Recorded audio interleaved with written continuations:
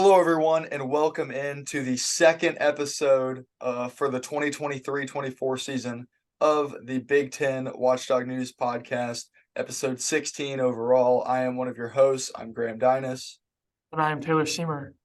Before we jump into the second half of our Big Ten preview, just want to share with you guys that all of our information, our social medias, is linked in the description of wherever you are watching, whether that is on Apple or Spotify's podcast platforms or on YouTube. All of those services are available in the link tree below, as well as links to our Twitter and to our TikTok. All those links are available. Definitely follow us on Twitter. As the season's about to start kicking into high gear, it's important to follow us there because that's where we break a lot of our smaller news. So thought I'd share that. But without any further ado, let's jump back into it. We kind of went through essentially the top half of the conference on our episode that came out a couple of weeks ago, but we got the bottom half of the conference now. We already covered Illinois, Michigan, so we're going to fly through some of these teams, let's start with Ohio State. Okay, they were projected 7th in the Big Ten coaches poll, losing a couple of their older guys coming off a disappointing year, Justice Suing, Sean McNeil, Isaac Likely, as well as Bryce Sensabaugh going to the league. But they're bringing in some key transfers. Jamison Battle, one of the better players from Minnesota last year from their bottom feeding season, and Dale Bonner out of Baylor, as well as Evan Mahaffey, who was key off the bench for Penn State last year. He's out now. There's a new coach. And then on top of that, they're bringing back one of their stud freshmen from last year, Bruce Thornton, Roddy Gale, who kind of stepped up in the Big Ten tournament, and Felix Okpara, who has some NBA hype about him. Another guy that's kind of a defensive stalwart, another rim protector in the Big Ten, as well as Zed Key, who was dealing with a lot of injuries last year. So that's kind of the breakdown on the roster. Taylor, what are you looking forward to, or what are you looking at most for this Ohio State team? I would like to see how Holtman comes back from very nearly being fired, if not for one or two shots that fall and a guy named Sensabaugh. So that'll be the most interesting dynamic because I thought that team was not untalented last year. I just felt like all the pieces didn't fit like a puzzle. They were just like thrown about on the table when you first opened the box. And they could never figure out how to put the pieces together. And I don't know why, because there's so much talent. And like Holtman's not a bad coach. Like I wouldn't say he's like a top tier greatest of all time, but he's not bad. He should have been able to figure it out. And they just flat out sucked. Yeah, And I don't know why. that puzzle analogy is pretty good. They had a lot of talent, but you're right. The pieces weren't fitting exactly the way they should, which was weird too, because they had a lot of older guys as well. But yeah, I mean, Bryce Sensabaugh, we talked about it at times last year. He was their best offensive player, but he may have been a greater negative on the defensive end. So towards the end of the year, he was dealing with some injury stuff, and he may have been protecting himself for the NBA draft process. But he's a guy that now, whenever he was out, they won a couple games in the Big Ten tournament. They made their way to the semis. They were one of the last 4 teams standing, coming in at whatever their record was. They were the 13th seed in the tournament. I'm gonna look at it right now. 5-15 in conference to finish the year. So some of the key guys, Roddy Gale, like I said, he was huge in that tournament. And then Bruce Thornton is a guy that I think could take a leap for this team. I'm excited to see another cannibalism of the conference. You see Battle and Mahaffey coming in from other roles from other teams in the Big Ten. And Dale Bonner should be exciting. I don't know if he was like the 5th starter for Baylor, if he was coming off the bench some, but he's a guy that can score it a little bit, which is something that this team will probably need. So we'll see. They're projected 7th. It's a big upgrade over last year. What's your biggest question mark for Ohio State? I think their question is going to come from their reliance on interconference transfers and the fact that since they came and played against everybody in the conference last year, everybody knows kind of their stuff. So you're not getting like an added bonus of getting a new guy from somewhere where nobody kind of knows their moves or anything. Like The Cam they have the Spencer same effect. experience. Yes, they have the same. They had the experience. It's just they were on one team. Now they're on a different one. So people already know how to guard them. I don't know. I like to see how they kind of change those kind of things up with those guys. I'd say by talent level, 7th in the conference is probably reasonable for what that team was last year. I'm excited to see, I'm curious to see if Holtman does a better job kind of putting this group together. Because again, like I said, they have the talent. It's just, are they is the unit gonna be cohesive enough to make the tournament run? Speaking of, what's your reasonable expectation for this Ohio State team? I think they're a bubble team depending on how deep the conference is. If the conference is again just cannibalizes each other and the committee is like, okay, this conference is just what it is, I think they have a shot of being on the right side of the bubble. If the conference turns out to really suck, I think they could find themselves on the wrong side of the bubble, even if they're in the same spot logistically in the conference. I agree with that. I feel like 7 might be a bit of an overrate on this team. And again, they finished strong last year, but we're going to go through some of the teams coming up, and you'd be hard pressed for me to come out right now and say I think Ohio State's going to be better than these teams. I do think fringe tournament team, 10 or 11 seed. I think this team's ceiling kind of goes with the growth of Bruce Thornton. I think he can make a leap as a sophomore guard, him and Akpara as well. I think if Felix Akpara can live up to the high expectations that has kind of been placed on him in the past year, I think he's a guy that could propel this team. But until I see it, I'm going to go with like an 11 seed to number 1 of the NIT. All right, let's talk about the Northwestern Wildcats. Last year's runner-up in the regular season, as well as the reigning coach of the year, and Chris Collins. He returns 3 starters from that team, and they're projected to finish 8th. Goes to show what some of the coaches think about the run they had last year. And again, they finished 2nd. They were 12-8, but for a second place finish in that conference, I mean, they played well. The key thing for this team, Audige is gone, Boo Buie is back. What do you think that means, Sailor? Audige was always a interesting character to watch. He could play defense, and then some nights he would be Larry Bird reincarnate, and other nights he would be like you or I on an NBA floor, and he just could not throw a rod into the ocean off of his boat. And I definitely think Boo was the better one, and I thought he would be the one that wasn't going to come back. But here he is, and along with Ty Berry, they kind of had a dynamic last year a little bit, and I'd like to see that expand. Yeah, I'm concerned for this team's defensive capabilities because this team's not particularly deep. And then what Chase Audige provided on the perimeter defensively, I don't see a real replacement for that. Boo Buie being back, it's hard for me to sit here and say Northwestern's going to finish 8th when they're bringing back the best guard in the conference from last year. But we've seen stretches of Boo Buie because this is year 5 now. We know what Boo Buie is, and he kind of alternates. There are times where he's not great, and last year he was really good. But the year before, remember, they had higher expectations, and they stunk. So that's something I'm curious about. Another thing, Ryan Langborg is a transfer. I don't know if anyone remembers his run at Princeton. He was, I believe, the leading scorer for that Princeton team that upset Arizona in the first round last year, and then also beat Missouri, made their way to a Sweet 16.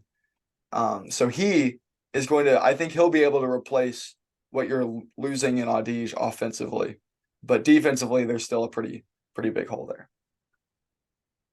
Yeah, and I look forward to seeing how Chris Collins kind of reshapes his game plan for this year. I mean, last year, yeah, the expectations were not there, like you mentioned, and they went and beat Michigan State in East Lansing, beat Illinois, beat Indiana twice, once in the same week that they also beat Purdue. But they also That's have right. some questionable losses. along their schedule too. So I don't know how they played up and down like that. And I'd like to see what Chris Collins' game plan is for the upcoming year, knowing going in this time that he has these guys who he saw what they could do, and now he knows where the weakness is at. He can game plan for it. One thing that you're going to notice with the teams that we have left to cover is there's going to be a lot that you're going to like, and there's going to be one gaping hole, and it's going to be this is why they're ranked lower than they were last year, or what than maybe they should be. But it's going to be interesting to see which teams are able to adapt and which teams are going to let that hole in their scheme kind of, sink them deeper into the season. Projected to finish 8th in the conference. What do you think of that projection? High, too low, just right? From what I saw when they can turn the switch on from last year with most of the same guys, they finished second in the conference. So I think 8 is like a reaction, thinking that these guys are going to regress. And last year was just some weird phenomenon that happened. I don't know that I necessarily buy that because I don't know. I don't think you can just. Last year's conference was bad, but going from second to middle of the conference, I get it that they were probably 2 games and I would two say that's bucket one rolls game. from finishing in 10th, but I don't know. They beat Indiana twice, Purdue, Michigan State, like I said. I mean, I don't know how you see that and you see most of the guys coming back or having good additions like we talked about. I think they can finish a little higher in conference, and I think they'll make their 3rd ever tournament this year. I can see the regression happening. I can see a world that's honestly what I'm expecting. This team obviously has a higher ceiling than 8th. We saw it last year, but I think I see some regression towards the mean with this team. Another team, I think that they're about right as far as like tournament projection. I'd say they're probably going to be a bubble team, but I could see them being worse. I could see them not getting a bye in the tournament. I could see them playing on Tuesday or Wednesday. But I could also see them getting a double bye. I think it comes down to Chris Collins, and then can whatever combination of Ty Berry, Brooks Barnheiser, and Ryan Langborg defensively can make up for Audige. Like, what percent of that are you going to be able to recover? Okay, projected to finish 9th in the conference now is the Iowa Hawkeyes. That's the next team. This also feels kind of low, but they're losing Chris Murray. And the past 3 years, you've seen it one NBA level guy leave. It went from Garza to Keegan to Chris Murray. I just don't see anyone on this team that's capable of making that leap. They're returning Peyton Sandfort, who, correct me if I'm wrong, I think he was the 6th man of the year last year in the conference. If he wasn't, he should have been. Yeah, he's one of the better bench pieces. He'll probably lead the conference in 3-pointers made, especially And in this attempted by offense. far. Yeah. Tony Perkins, the starting point guard's back, and the younger McCaffrey brother and Patrick is back. But they're also bringing in, I'm excited to see this, Ben Krikke from Valpo. That's a guy, he always puts up numbers. Valpo hasn't been great the past couple of years, but I'm always excited to see Missouri Valley transfers come into the Big Ten. And I know that you were a little skeptical about Lance and Damask. But as far as big guys go, it doesn't. I think that big guys transfer easier from mid-major to high-level basketball in college. So Ben Krikke, I think, is a guy that could make an immediate impact. He might be the leading scorer of this team, honestly. Yeah, I would say I'm always hesitant until I see a couple games under their belt who I go with, or who is going to translate their game between mid-major and Power 5 conference, just because the games are so different. Maybe not so much in the Big Ten because it's so slow and bog you down type of offense and defense. And yes, I would agree that big men have it easier because there's not as much they need to really do. They just go hog the space and throw it to them when they're open and let them go dunk on somebody's face, rather than having to, have the skills and the footwork and the quickness outside to get past guys, which I think doesn't translate as well.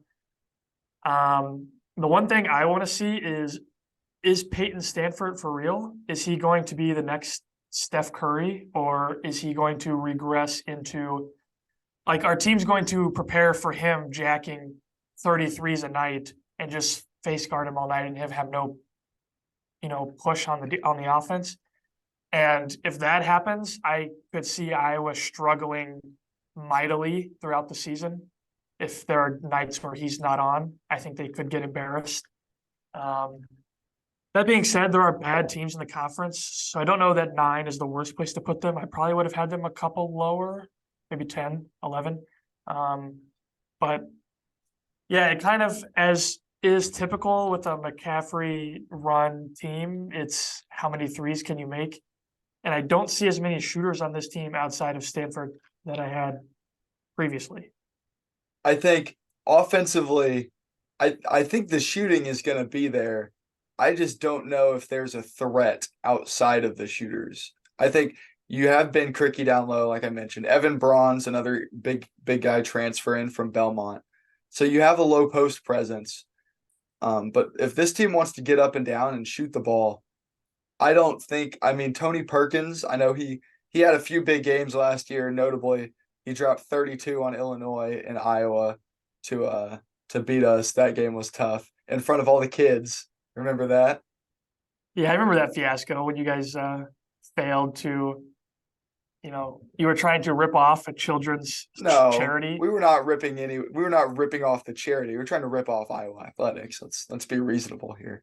But yeah, I don't think Tony Perkins is the guy of an offense in the Big Ten, especially a fast-paced offense like Iowa.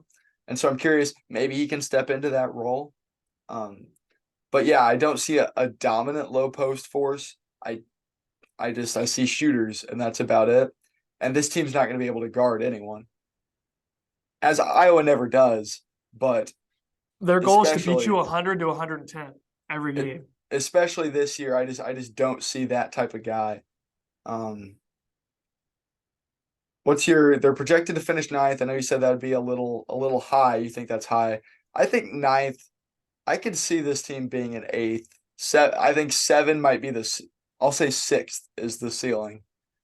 That's pretty up there for this guy. I mean, I know we cannibalize each other, but I think that 6th is high. I think that this Iowa team, I think this season could go I only see it going one way. This Iowa team is going to go 20-13, and they're going to get a 10 seed in the tournament. I've already seen this. It's been forecasted. This is an Iowa team that gets a 10 seed in the tournament and gets beat in the first round. That's my realistic expectations for this Iowa team. But be happy. I think that they're more of a lock for the tournament than Ohio State or Northwestern, if you ask me right now. I think they have a higher floor. Another team with a high floor that's essentially the polar opposite of Iowa.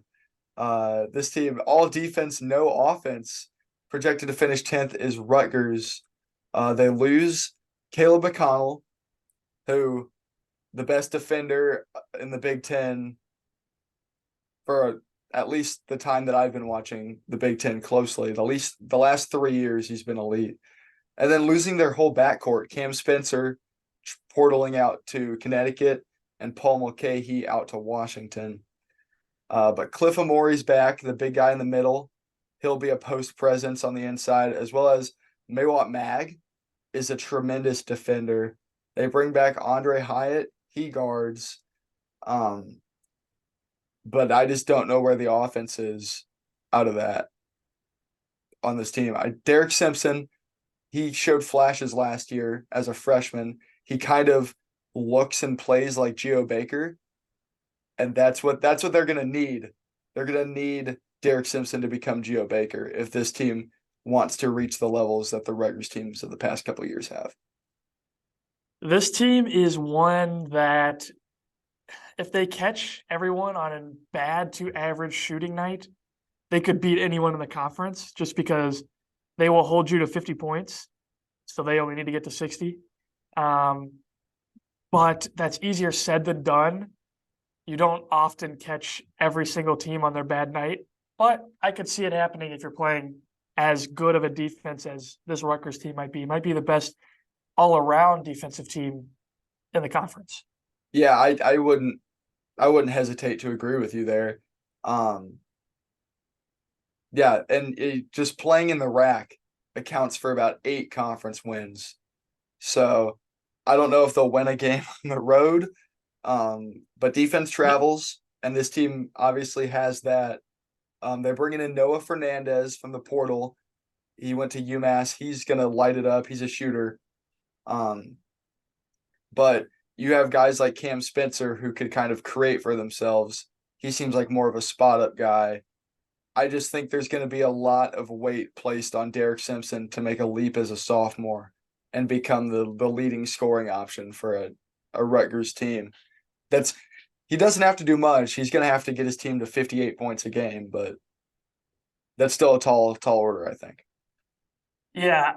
The thing that I would be looking out for here, and I would already have marked on your calendar if you don't now, is whenever this team plays a top 3 Purdue team, because Every in the year. past 2 years are any, showing of what can happen.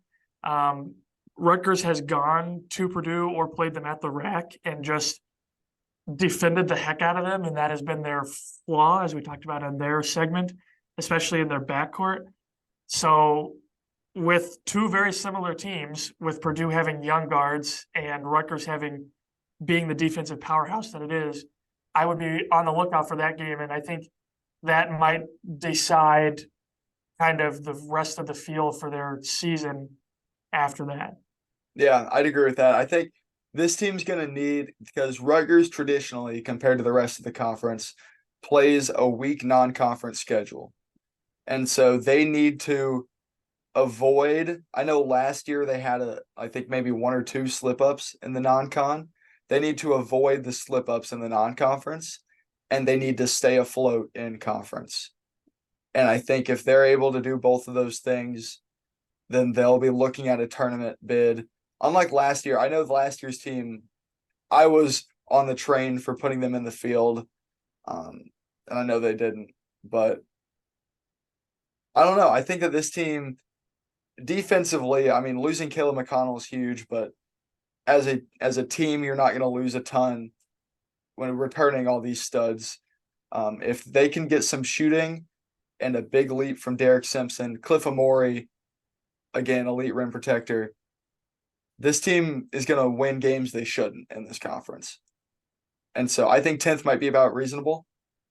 What's your read on Rutgers? I can totally see them. Like I said, if they catch even half the teams on bad nights, then there's, 10 conference wins.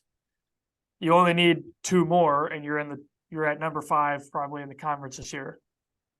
I wouldn't say that's likely, but I think that's a probable ceiling that has a better than 0% chance of happening. And Rutgers, what they're going to be able to do is they're going to be able to create their own bad nights for other teams. Like, you don't have to necessarily catch a team like an Illinois team, or I don't know, Wisconsin team maybe that doesn't have a ton of shooting. Like, you don't have to catch them on a bad night. You might, but there will be other teams that they'll just straight up beat because they just guard, like, and defense travels. So again, not a lot of high end talent, but 10th seems about reasonable, and Steve Peichel creates magic. I would not be surprised at all to see this team sneak into the tournament. I think there's a decent shot, I think, for 13 of the teams in the conference to get in. 13 won't get in. I see a path for 13 different teams. Speaking of one of those teams, let's get on the Nebraska ball train. No, we were hyping them up last year. Yeah, they were in the year I was high on them. Now that I've had time to just let it simmer and kind of be on the back burner of my mind and coming back to it, I don't know where that hype was coming from. Well, I know where it was coming from. I watched Tominaga in person light people up, and Mhm. from there I was sold. But they needed just a couple more buckets to fall in the Big Ten tournament, and they might have had a chance. But it was they turned the switch on about mid-January and didn't look back. But their early schedule or outcomes Held him weren't back. beneficial to Yeah. them. I'm excited. I'm excited for this Nebraska ball season. They're projected to finish 12th in the coaches poll, which I guess that is where they finished last year. Um, but or didn't know they finished 11th. So they're projected to finish lower than they finished last year, which I don't buy that. I think Fred Hoiberg's building something in Lincoln. They lose a couple of key guys from the team last year. Sam Greasel was kind of their de facto point guard. He was like 6'7", or was he 6'10"? I need to look that up. But Derek Walker's gone, another guy that they kind of trusted to run some point.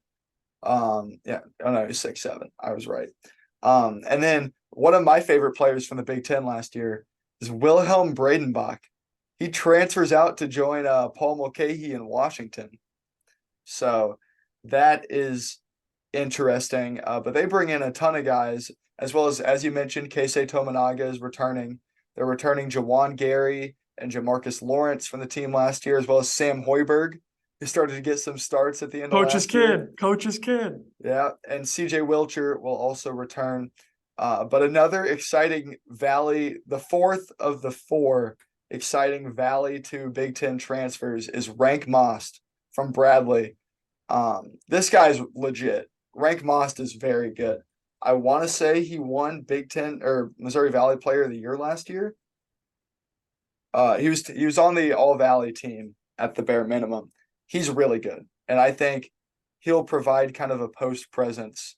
Another guy, but Rank Moss is better than Ben Cricky, and he can shoot it a little bit too. So excited about what that holds.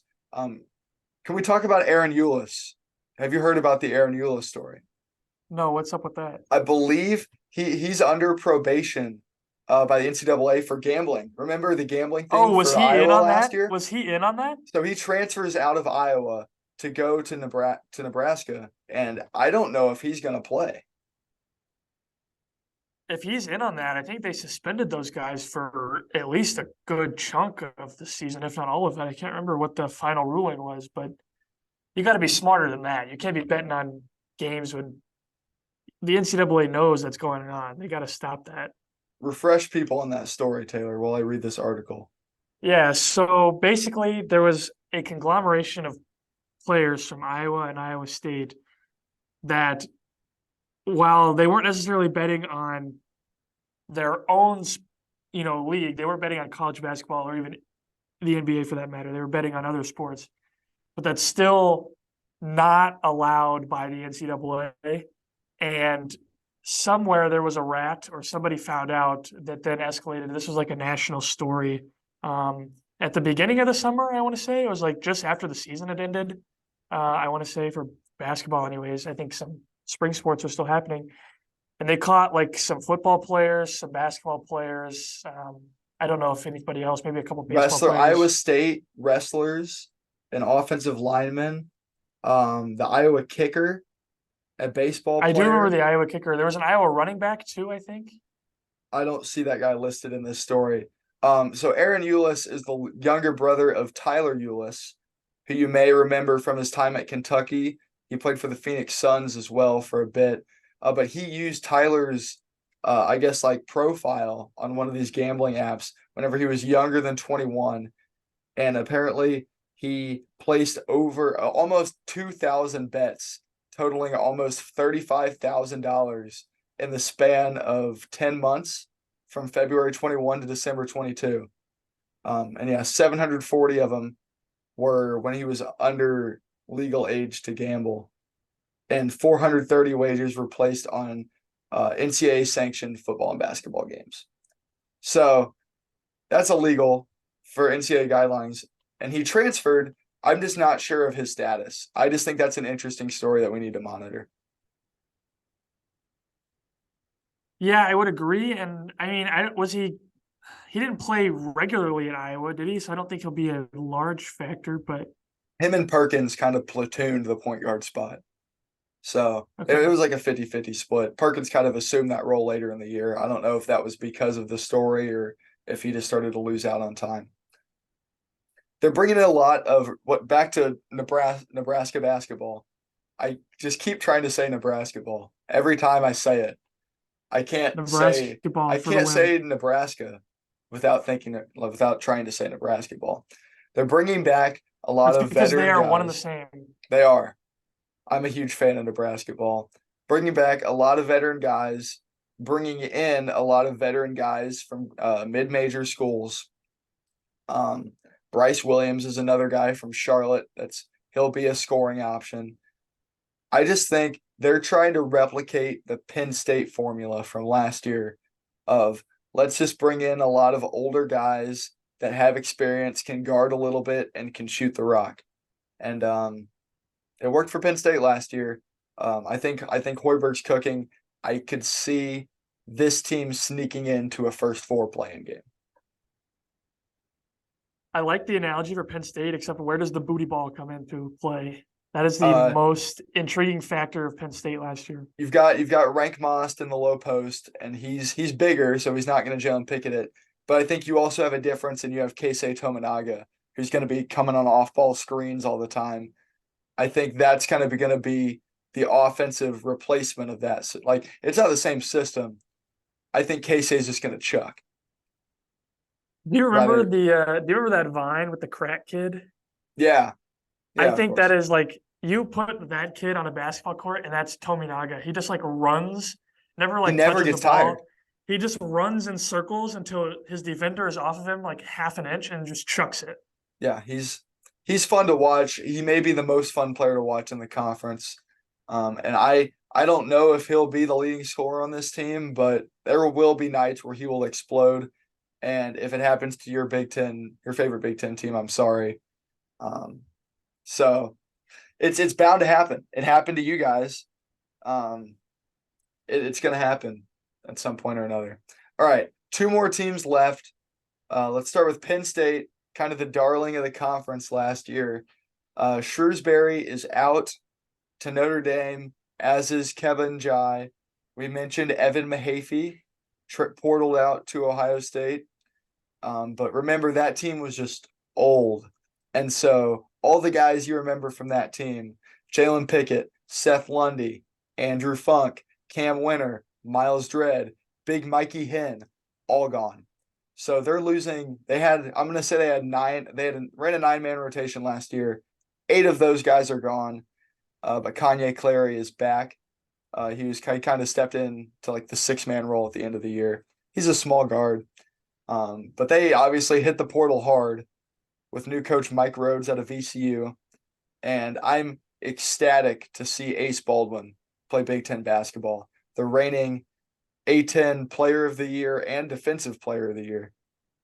That I think that will transfer over well, especially from the guard spot as a lead guard.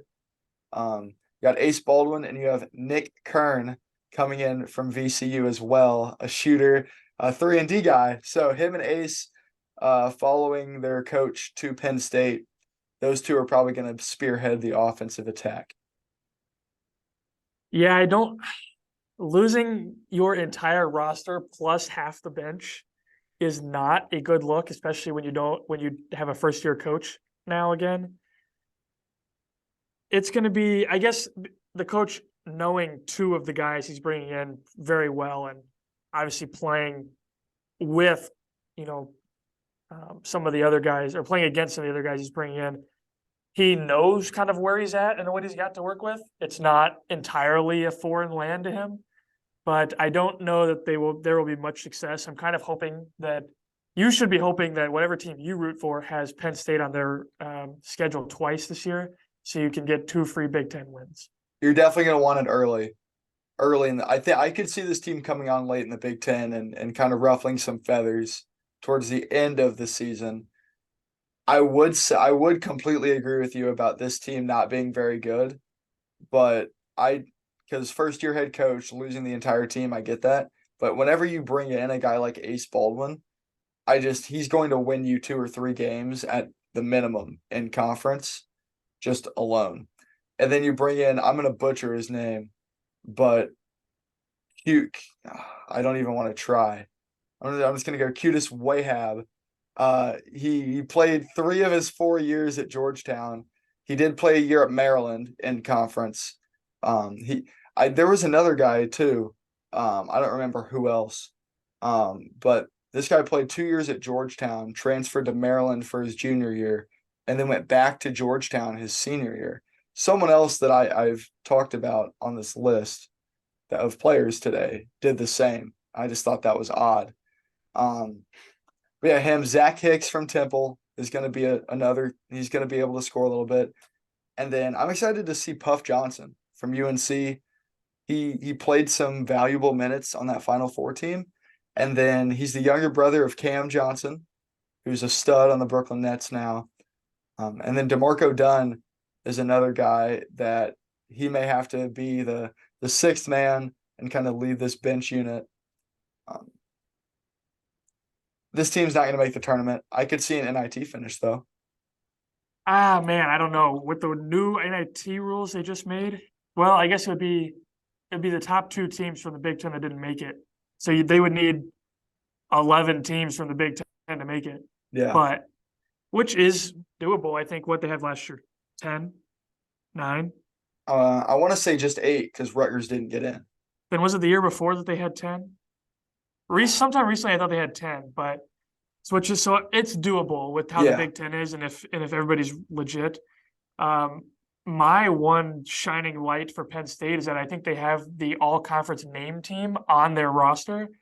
Kanye, Ace, Kudus, Puff, Leo, like come on. Yeah, are you just gonna gloss right over Raquandis Mitchell? I mean, I wasn't going to gloss over it, but I think Raquandis Mitchell might be the best name in the conference. I mean, you have a dude named Puff. Puff Johnson's great, but Puff's like a nickname. Like Raquandis, that's his legal first government name. Like that wins, in my opinion. Either way, I think the entire all-name team, when we come out with our all-name rankings soon, is going to be from the Penn State roster. We need to make like a preseason all-name team, and then we can adjust accordingly based on like how well guys are playing, but like have it be weighted by how good their name is. I think we should do that. Just like update it like monthly, or maybe like have a mid-season and a postseason. Just like at some point in the next month, we need to come up with like 10 guys on our all-name team, and we'll update that. I think we should do that. But yeah, that's it for Penn State. We spent a lot of time last year talking about Penn State, and this year I don't foresee that being the case as much. But I am excited to watch Ace Baldwin. I think he's an all Big Ten caliber guy. Penn State played spoiler a lot of times last year, and I think that's why we talked about them so much. I don't think they'll have the same effect on the conference this year.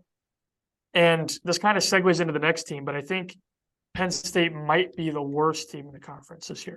You think? I think Minnesota might eclipse the last place spot, which they've been in for the last couple of years. I think that's ambitious, but I want to hear your reasoning why. So they lose Jamison Battle, as we mentioned, transfers out to Ohio State. They lose Talon Cooper, who was it his 3-point percentage was the highest in the country? Was it his free throws? I don't remember. There was some stat about Talon Cooper last year. I'm gonna pull that up. But they're returning some key pieces, including Dawson Garcia, who's going to shoulder a lot of workload on the offensive end because last year it was him and Battle. And they were putting up numbers. They'd put up 25 each, and they'd still lose by 20. And now you don't have Jamison Battle. But Pharrell Payne, Joshua Ola-Joseph, and Braden Carrington are all key rotational pieces that are returning. Plus, they've got a whole new starting backcourt with Mike Mitchell from Pepperdine, who was one of the first transfers, I think, of the whole portal season, because we talked about Mike Mitchell in our portal preview, as well as Elijah Hawkins coming in from Howard. I want to check his numbers because I watched him play against Kansas at the tournament. And so I'll check that once I check this Talon Cooper stat. But what makes you so high on the Minnesota Golden Gophers is so high to even consider that they'll finish 13th in the conference. It's not that I necessarily believe that will happen. It's just that emotionally, the team feels like this could be a year they turn around and get out of the basement. They're onto the first step of the conference, It's like when you're walking downstairs and you can just, every step you take, slowly you can see it further across the basement. I think they're like halfway up now where they can only see 30 degrees on either side. They're by no means good. I don't want that impression to be out there. But I just think that emotionally, this fan base deserves something better than last, which has been all they've known for at least, 2-3 years at this point. So it's just it's an emotional tug that's like, oh, these guys they can't finish last again, can they? I think they might. I think Ben Johnson is going to be the guy on the hot seat. And Is it really a hot seat if your team just sucks so bad that you have no success to measure it to, that you can fall onto the hot seat? That's the point that I'm struggling with, because he doesn't have enough talent, but he brings in talent, and then that talent, like Jamison Battle, just transfers. And so if you're never going to be able to see a complete rebuild, because every time that they acquire talent, that talent goes somewhere better, I don't see. It's a snowball effect, right? Talent. If you're perennially in the basement of the conference, you get nobody to come to you. So when you can get that one guy who blossoms, he immediately leaves because he sees greener pastures. You need to get a group of guys who can get you to from 14th to 12th, who then you can convince 2 of them to stay to be the core for the next group of 4 guys, to then get you to from 12th to 10th. And then from 10th, you at least have a fighting chance to claw at some of the middle of the conference. And so that's kind of the struggle that Minnesota runs into, is they get a guy like Battle, and he even stayed a year long. He shouldn't have really been there last year, but he stuck around, and he was like, well, nobody else is coming in here. I'm running out of time. I need to go make my NBA case. I'm going to leave. And that's the problem that they continue to run into. Yeah. They did end up, you could call it an upset if you want, but they beat Nebraska in the Big Ten tournament. And then I don't remember who they would have played next. Maybe Iowa? Was Iowa the 6th seed? I think Iowa was the 6th seed. No, Iowa was the 5. Oh, this is bad podcasting on my part. 6th seed was Maryland. They played lost Maryland. To Maryland. Yeah, they played Maryland. And they lost to Maryland bad. So yeah, it's going to be an uphill battle for this Minnesota team. I hope that they're able to stay competitive. It seems like it's an uphill battle. And I don't think that you think 13th is their ceiling, or you think they can finish higher than that? I would give them a 10th of 1% chance to finish 12th, but I think 99% of their chances are 13th and 14th, with 60 to 70% of that being the 14th spot. Yeah. I don't know. I think that this team playing Minnesota, especially in the barn, they'll eke out a few wins. This team, last year they eked out a couple, but I think this team can win 3 or 4 in the conference. And if that's the floor, then that's the floor. All right, so that's all 14 teams. If you didn't hear your team mentioned, make sure you check out part 1 of our Big Ten preview for the upcoming season. But now let's get into a couple of these games that are going to be coming up in the next couple of weeks. So we're recording this on Friday, October 27th. And so it's dropping a week from today is the plan. But so let's talk about on Sunday, which this will have already happened by the time we air. But we've got the Illinois, Kansas, and the Michigan State, Tennessee, Maui exhibition games, which obviously don't account for anything, but it'll be a good kind of litmus test, preseason litmus test, to see where these teams stand. And I think we're going to get almost immediately kind of like a what's the word? A transitive property effect, because Illinois is going to play Tennessee in early December. I know they're on the schedule, and Tennessee also plays Wisconsin early in the season, and they're going to have an exhibition against Michigan State. So they're kind of seeing a lot of the top half of the conference. I don't know. I don't have any like questions about this. What are you looking at with these exhibition games? Anything at all? You think With they're these important? two, Yeah. I think what we're going to find out is where does the Big Ten lie in respect to the Big 12 and SEC for the upcoming year. That's really all you can get out of exhibitions. Exhibitions are way too early in the season where nobody knows the playbook. There's, nobody knows what minutes, what role they have. There's really not a lot of preparation that goes in, not as much as you would normally have, at least, because everything you're doing at practice is still for, getting into mid-season form. I look forward to the Hunter Dickinson emergence again against Illinois to see how that goes. But yeah, I think really the only thing you should put any weight on in these games is conference wide comparisons. Yeah. And also it's just good to see the Kansas is number 1 to start the year. Yeah. So Yeah. you get to see the top ranked team come in and play good talent early in the year. Yeah. As maybe a top, I don't know, there are a lot of people that hate Hunter Dickinson. Top 1% of Hunter Dickinson haters sitting right here. I have not gotten to see him play at the State Farm Center yet. And so Sunday will be an opportunity for me to do that. I'm excited for that. And I've mentioned before I'm a lifelong Kansas Jayhawks fan. And so that really tore me apart whenever he decided to commit to Kansas. But yeah, so I'm setting my Kansas fan in the side for the year while he's gone. Yeah, I'm excited to see Bill Self, and it'll be interesting. I'm not going to hold enough weight on it. I think there's a decent shot Illinois wins because Illinois is going to see it as a way to prove themselves, and Kansas is going to see it as a way to play 40 minutes before they have to play Duke in 2 weeks. So I'm not going to take it too seriously, but I think there's a decent shot Illinois wins. I'm excited that these exhibitions are happening, and they're not behind closed doors, because normally this would be like a secret scrimmage. I know we secret scrimmaged against Kansas last year, and that's kind of how this connection's been made. But yeah, it's exciting in general to see the fans get to see this game be played, even if it has no effect on the regular season.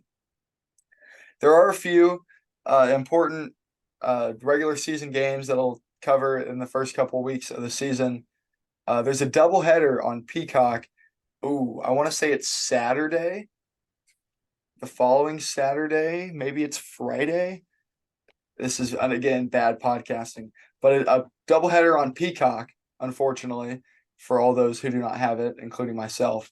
But we get to see Texas A&M take on Ohio State, and then Tennessee take on Wisconsin in back-to-back games on Peacock. So a doubleheader of SEC versus Big Ten. Do you have any thoughts on those games, Taylor? I know, again, we haven't seen any of these teams play, so it's hard to have thoughts now. But what are you looking forward to, I guess? No, again, I think you get another Tennessee game here with Wisconsin, which will be nice. You get to see at least where Tennessee lines up with the conference, and then you can kind of gauge where Tennessee ends up, about halfway through the conference schedule and see kind of how Big Ten translates to the SEC. But yeah, I think early season games, again, I'm firmly in the camp that like rankings and power rankings decision making should not happen until you have a week's worth of conference games under your belt. So I personally put zero weight on, not zero, but I put limited amount of weight on early out of conference games because you don't really know the character of your team. You don't know your identity. Roles are still being figured out. This is when you kind of have to see, this is when personalities really develop. You can see who's a cancer in the locker room and who's not. And then you have the rest of the season to go figure that out once you've played 5 games. So because then you have 20, 25 left to fix it all. So if somebody could lose their first 5 games, somebody could win their first 5 games, and I don't really take it as much, except for now I can use that. Basketball is the one sport that I think the transitive property closely follows with. Other sports, I think it's like very difficult to do that. So at least conference by conference. So like there's so many Tennessee games. If Tennessee finishes bottom of the conference in the SEC, They you won't. can That's you can not gonna happen. safely assume that the Big Ten has better teams in the SEC. Opposite is also true. If they finish at the top, you should be worried that maybe the SEC is going to run the tournament against Big Ten teams. And same within the middle, we're fairly comparable, and you've got to decide some other way. So yeah, that's kind of what I look for in these. And it's nice that we get that kind of thing this year where Tennessee is going to be playing a lot of Big Ten teams early on, that we kind of get a good feel for that within one conference. But yeah, that's generally what I look for until conference play starts. Yeah, so pull up the dates. Friday, November 10th is so a week from whenever this podcast will release. 6 p.m. Texas A&M at Ohio State. 8 p.m. Number 9 in the country, Tennessee at Wisconsin, and A&M's 15 in the country. So ranked against unranked, but again, preseason polls don't mean anything.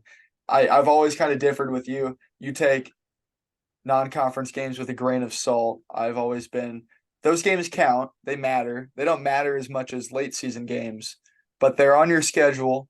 I think all games do matter to the committee. And so this is, like I said, all these games that we're going to talk about today are litmus tests. That's one of the reasons I love the Gavitt Games with the Big Ten and the Big East, because it's always a good showing of how we're going to compare to some of those teams. And we'll get into those. I'm excited to see Wisconsin try to put together I want to see what their offense does against Tennessee. That's kind of the one matchup I'm highlighting, because Tennessee's been really good defensively over the past couple of years. Wisconsin, I know they're returning all of their starters. I'm just curious to see if that offense has any sort of explosive capability to it. And then one more game let's talk about before we get into the Big Ten Big East Gavitt Games rivalry. Let's talk about Champions Classic, number 2 Duke and number 4 Michigan State. I love the Champions Classic. I have for ever since they started doing it in 2011 or whenever they started it. Duke, Michigan State, Kentucky, Kansas. It's a great round. It's not a round robin, but they played 2 games. It's like a shootout that you'd play in high school. I'm a huge fan of it, and I think again we're gonna get to see Michigan State scrimmage against Tennessee. You're gonna get to see the real thing against Duke, who I think might be the best team in the country. It's them and Purdue are kind of my picks for 1-2.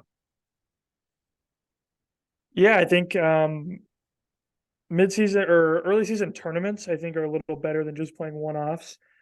So yeah, I'm excited to watch this, especially being 2 and 4. Like I said, I don't like rankings, but especially early. But I do think that both of these teams' offenses, at least, are nearly spotless. So this could be a shootout, not like the one you were talking about. Yeah, different type of shootout. I'm excited for the backcourt matchup. Jeremy Roach and Tyrese Proctor on the other side for Duke, taking on Hogard and Tyson Walker. Which, by the way, can we talk about? Did you see that AJ Hogard was left off the preseason Koozie watch list? I didn't. Was there any reason that could have happened? I don't know. Do they think he's not a top 20 point guard in the country? Because I've seen people argue he's the best point guard in the country. Do they think that there's I don't know. Is there Because something Walker, out Tyson that he's going Walker's to get hurt on or the. something? I don't know. No, I don't know. I think it was just a misstep, because I think he's a top 10 guard in the country. I don't know who decides those. The media? Yeah, I'd assume so. Or maybe there's like a committee for the awards. I just think that was a misstep on their part, because AJ Hogard's going to be really good this year.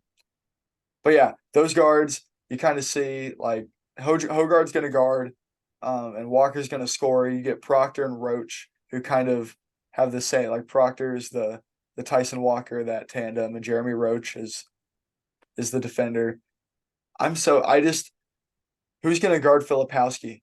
That's kind of a mismatch. Filipowski, I think, is on a short list of guys that can win National Player of the Year. He very easily could have been a first round pick, even a lottery pick in the draft. He decides to come back for his sophomore year at Duke. I think this Duke team's going to be really good. And so if I can see Michigan State beat them on a neutral site, that firmly raises my expectations for that Michigan State team, even on a game that takes place on whatever Tuesday, the 13th of November, 14th of November. But yeah, that's an exciting game. Let's get into a few of these Gavitt games. I'm just going to go down the list and read them. Let's start with Michigan St. John's. I know you told me you had a Patino take you wanted to share. I'm just going to give you the floor. I'm excited for this rematch against the last team officially recognized as standing in 2013 season, and Tricky Rick. I think what Tricky Rick is. I gave you a layup there. I at shouldn't have done it. That was bad on my part, guys. I'm sorry. Continue.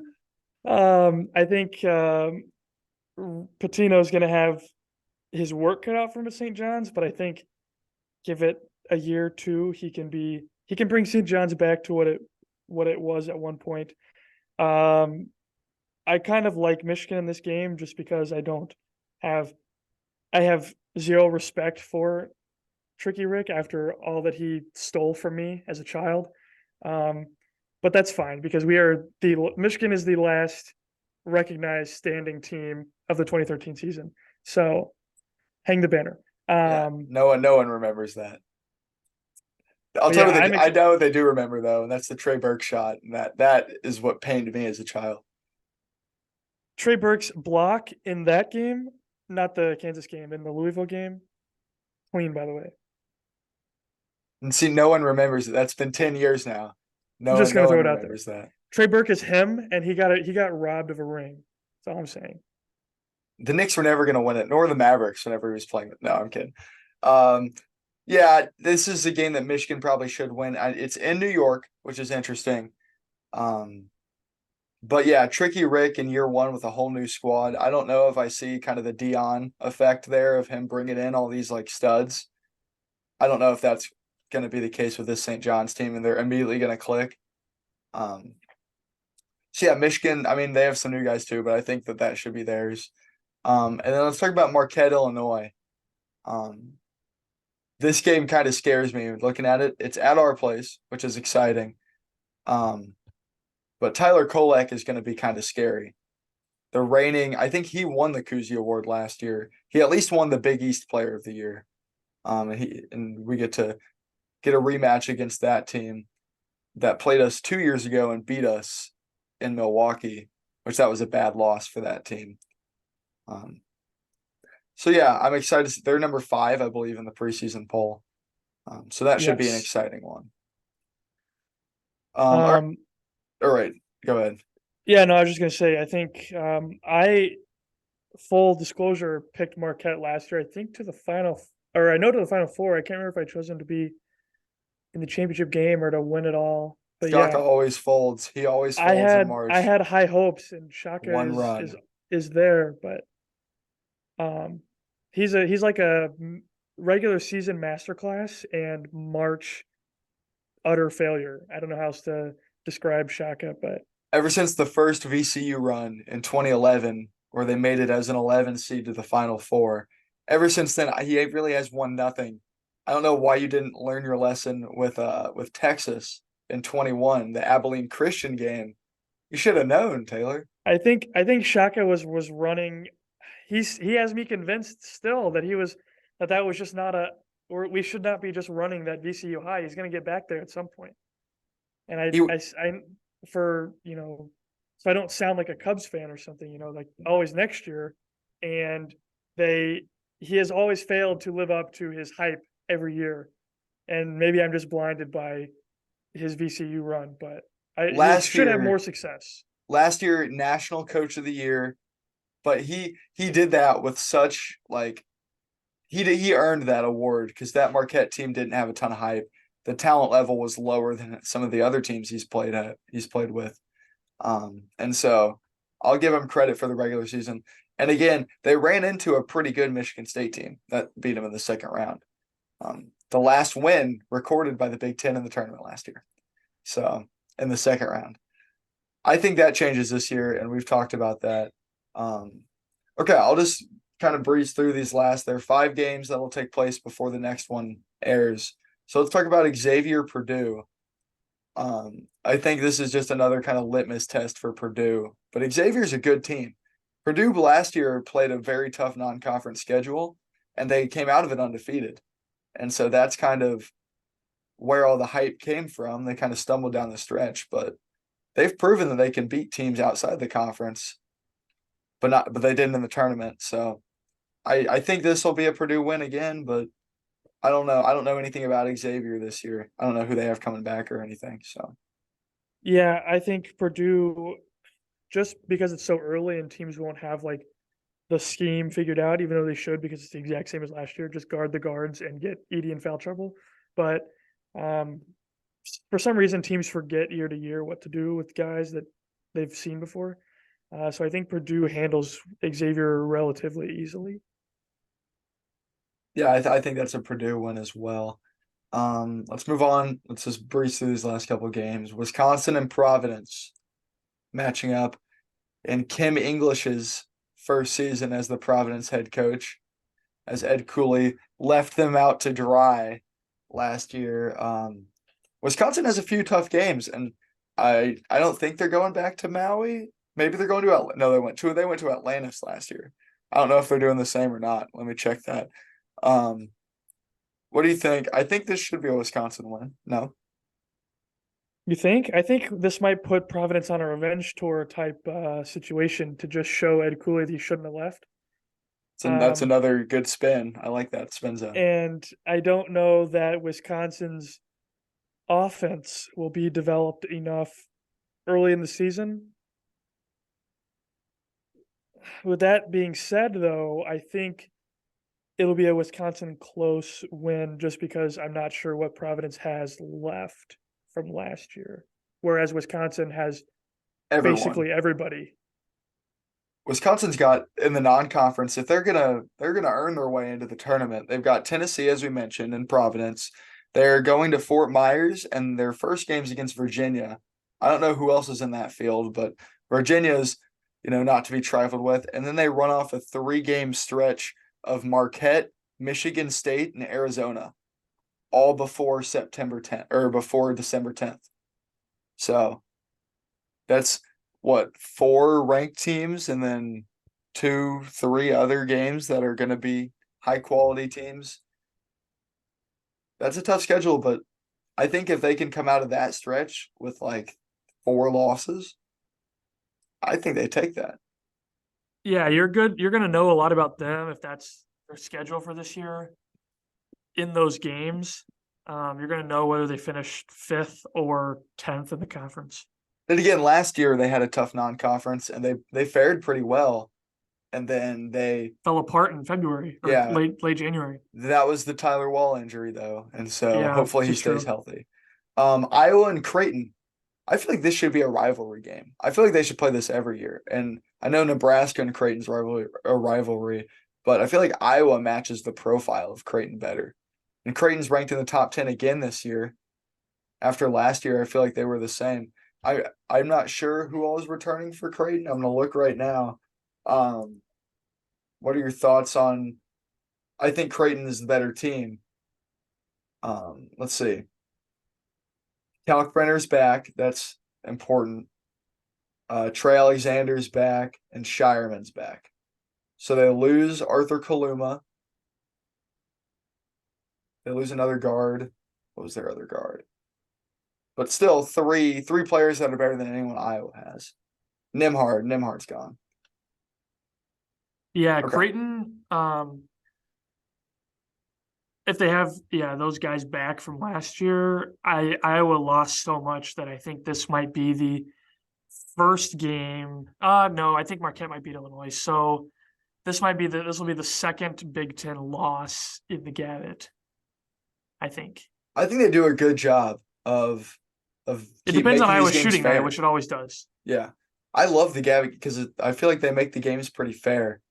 And so yeah, I mean, I think this will be a good test for Iowa to see if someone can step up because Creighton having Alexander and Shireman and Kalkbrenner, they're Kalkbrenner is going to shut down Ben Krikke. Like that's he's going to shut the rim down. And so we're going to need to see them create offense on the perimeter that's not, feed and kick out. I'm curious. And Fran McCaffrey, he'll have something. Fran's an offensive guy. Um, Ed Cooley at Georgetown will get to take on Rutgers in the RAC. Um, this should be chalked up as a win for Rutgers. I know Georgetown and Jaden Epps are looking pretty good in their secret scrimmages, but I don't think that's going to come to fruition in year one. I don't see Georgetown being great I right off the completely right off the disagree. really. Completely disagree. Georgetown has been in the basement of college basketball for years because it was mismanaged and they couldn't get talent from the DMV. That has all changed. Ed Cooley is a game manager. He's got transfers to come in. They just need a little bit of success. They'll recruit the DMV and it'll be all over. Georgetown will be back to what they were in the past. Not saying that it starts this early in the season, but don't be surprised if Georgetown is making a little bit of noise in February, knocking on the door, asking for an invite. I don't see it. I don't see it in year one. I think year two, they're knocking on the door for an invite. Year three, they're back. But one game sample in the RAC, give me Rutgers. I don't care if they have to win that game 40-36. I think they'll do it. And then last game of the Gavitt games before the next episode airs will be Maryland and Nova. Nova comes into the season ranked after a down year, but Maryland will get a test in Philadelphia. Um, I don't know. I think Villanova is going to be good this year. I think Kyle Neptune in year two, he'll make a leap because that Villanova program was left in a pretty good spot. But maybe not. I don't know. Maybe the downfall of the Nova program started last year. But I'll take Villanova at home to beat Maryland, even though I like this Maryland team a lot. Does Villanova have the shooters to outdo the Maryland defense? That's a great question. I have no idea. I know nothing about the roster. I knew they had Cam Whitmore last year, and now he's in the league, right? So that's That'll really be all I the knew. that'll be the deciding factor in that game. And knowing nothing about Villanova, I would like to lean Maryland. Justin Moore's back as a guard. He as a grad student. He's got the extra COVID year.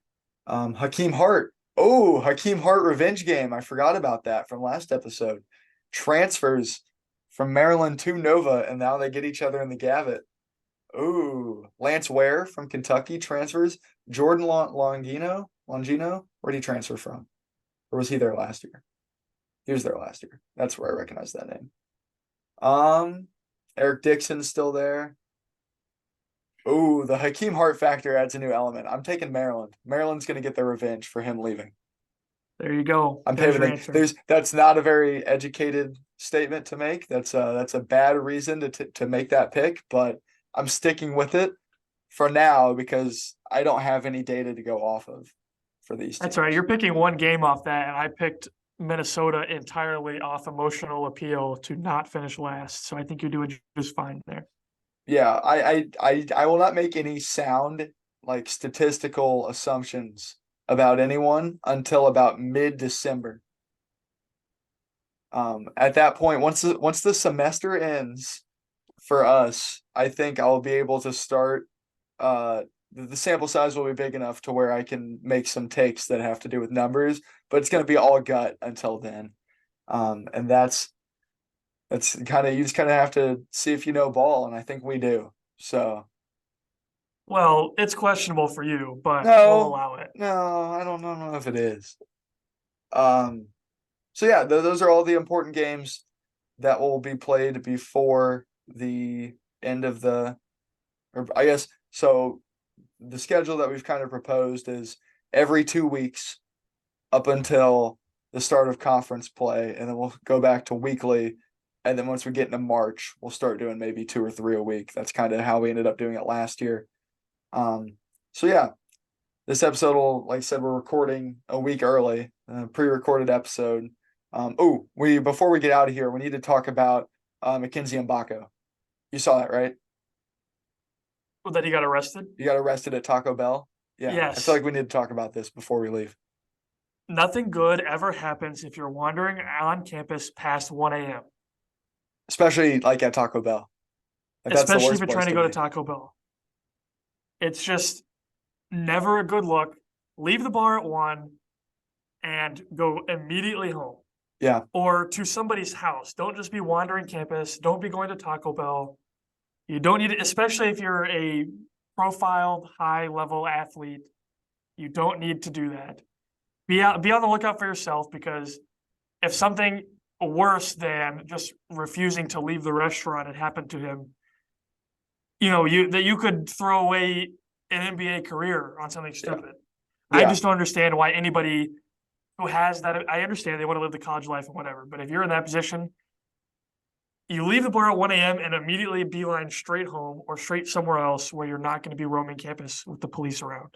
Yep. Is my take on the subject. I wish that this story hadn't come out right before the season started. Because if this happened a month ago even, it would have just been funny. And like, it's still funny. And now there's like kind of a light being shined on it though, because it's right before the season starts and he's like the runaway projected pick to win Big Ten Freshman of the Year. But like, I hate that. If I could speak, I hate the timing of it, but like, it's objectively a pretty funny story. Hopefully, like I said it on the Twitter, hopefully it's nothing too serious. I think it's just he wasn't going to leave until he got his crunch wrap. But I don't know why they wouldn't give him his crunch wrap. Dang I it. mean, I guess they told him they were closed, but is the Taco Bell ever really closed? How are you going to close a Taco Bell on a college campus? Exactly. I feel like they need to be 24 hours, especially on a weekend, which it was. I just hopefully It's just not. He has to be smarter than that. And hopefully it's not a understand pattern of dumb who he behavior. is and what is happening. Yeah, just don't continue to. Hopefully it's a one-off. He learned his lesson, and nothing like that's going to happen again. I figured we needed to talk about that since it's at least semi-important. It'll be something to look out for and see if he has other character outbursts throughout the season. It's important to talk about before the season starts because there's nothing else to really talk about. So I think that'll do it for the second half of our Big Ten preview.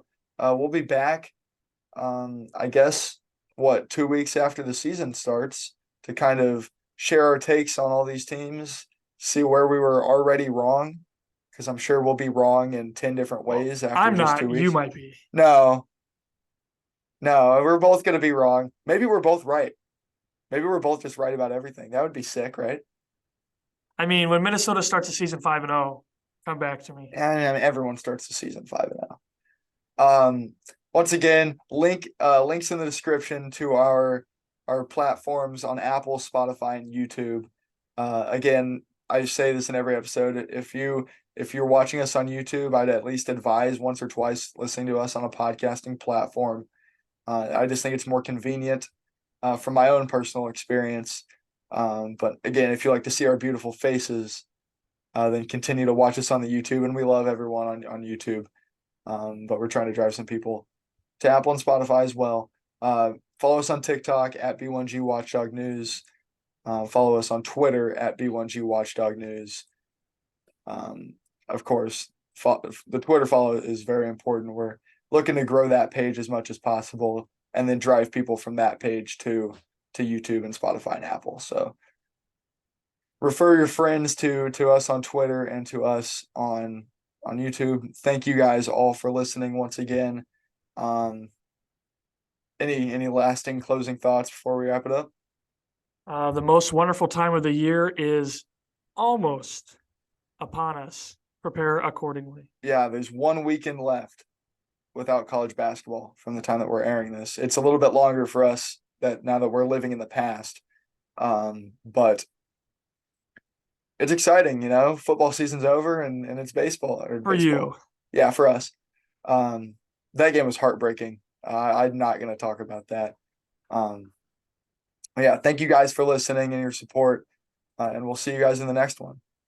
Peace.